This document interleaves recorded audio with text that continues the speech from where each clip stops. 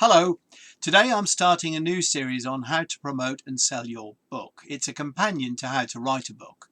Obviously, if you write a good book, you'd like to get it to your intended audience, and particularly you'd like them to buy it and read it. But how do you do that? Well, there's lots of wonderful advice on the internet and YouTube in particular about how to promote and sell books. So I don't want to just repeat the same old stuff. So I'm looking at things that are a bit different, which I know work. I'm in the privileged position of working with lots of authors who found various effective ways of getting their books sold to their audiences. And so that's what I'm going to share in this series. One technique at a time, so to speak. And I'm starting today with something which I think is not very well known or thought about. I call it intercept the herd. It's my term, so you won't have heard that before, unlikely that you have. And it's probably the result of me watching far too many wildlife films, but I will explain it to you, and I think you'll find it's very useful if you put it into practice. So what exactly is intercept the herd? Let's have a look.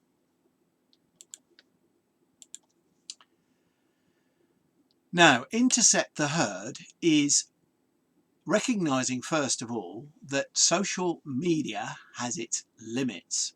I'm not knocking social media. I know lots of authors who sell plenty of their books to their following and other people's followings. So, if you're on Facebook or YouTube or Twitter or LinkedIn or wherever it happens to be where your particular following or audience is, keep at it, get more advice, build it up, and those loyal followers are very likely to buy your book. So whatever you can, do it. But the key is, what is the limit to that? And if you think about it, and you can work these things out for yourself, once they're pointed out, in a sense that unless you have a massive following, you are effectively fishing for readers in a limited pool. And just to make the point, that simple diagram is representing two followerships of two different people. The one on the right might only have a few hundred followers, and the one on the left is maybe thousands. So it stands to reason, if you've got thousands of followers and you're putting out good material, you stand more chance of a proportion of them buying from you than if you've only got a few hundred or even less. So it is, in one sense, a numbers game. And more followers and better content means more sales. But eventually, among that population of followers, the people who might buy your book have bought it.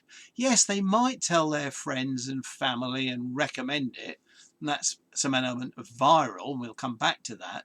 But again, breaking out of those limits is actually quite hard.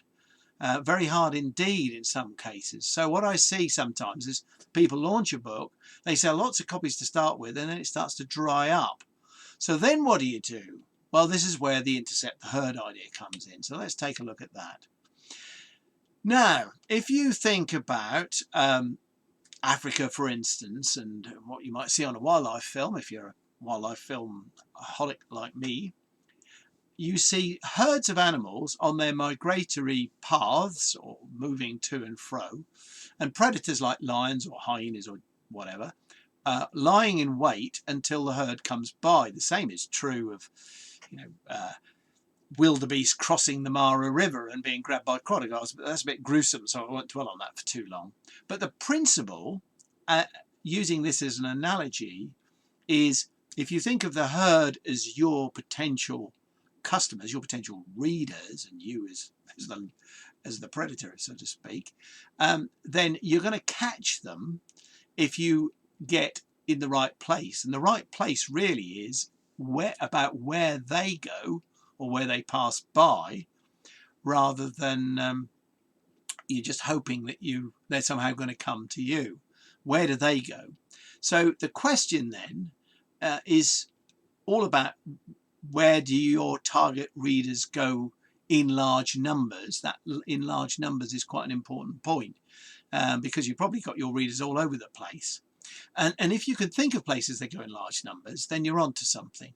Now, just to give you an idea of what I'm talking about in terms of where they go, they might be a member of some particular organisation, a club, a charity, some business association, some other organisation which has interested members with common interests, if you like. Or they might go to somewhere like an exhibition. Exhibitions have themes, gardening, homes, cars, franchising, whatever it happens to be. Where does your audience go? And what's their profile? So it doesn't necessarily mean that if you're thinking of exhibitions that it has to be in your particular area of expertise. For example, someone who had a hotel that wanted to attract visitors who liked fine dining and pleasant atmospheres went to a food and drink show. So a food and drink show isn't a hotel show or a travel show, but they got customers that way. So let's deal with some specific questions which you can apply to try and work out how to intercept the herd. The first question is, who exactly are your readers? I'd say that's a question you need to ask yourself when you're writing, but when you're trying to promote the book, it comes back as another important question. And a key word in there is exactly. Who are your readers? So questions like, answers like, well, anybody really, don't really help. The more precise you can be, the more it will help you. And where do they go? And we've already said, where do they go in large numbers? And that can be physical, as I've indicated, or it could be on the internet. What sites do they visit? What other things do they go to? And then the last question, of course, is how can you catch them? What can you do to get their attention and get them looking at buying your book? And depending on where they're going, what you do for that can vary enormously. So they're the questions about who are your readers, who are your herd, where they're going in large numbers, and then thinking about how you catch them. I know that's only an overview, but it's something to think about and apply, and I'm sure if you do in your particular context, you will get results. So that's just about drawing it to a conclusion for today. If you want any further help or guidance, you can always go to our website at The Endless Bookcase, and the subdomain to go for is epublishing.theendlessbookcase.com. You'll also see on the screen some suggestions to you. If you like this video, please like it. But thumbs up is always very welcome. You might like to subscribe. You can, the subscribe button's bottom right on your screen, as I'm sure you know. And it's a good idea to press the bell button, then you get notified. And at the moment, I'm sending out at least one YouTube video a week, normally on a Thursday, to cover a specific topic for the help of authors who are trying to write books and also promote them, sell them. So if you've got any questions or things you'd like covered, please go down below this video and pose questions and ask them, make comments. In particular, if you can indicate to me what you'd like me to cover in future sessions, and I will do my best to deal with it. So that's it for today. Thanks for watching. Hope to see you again soon. Bye for now.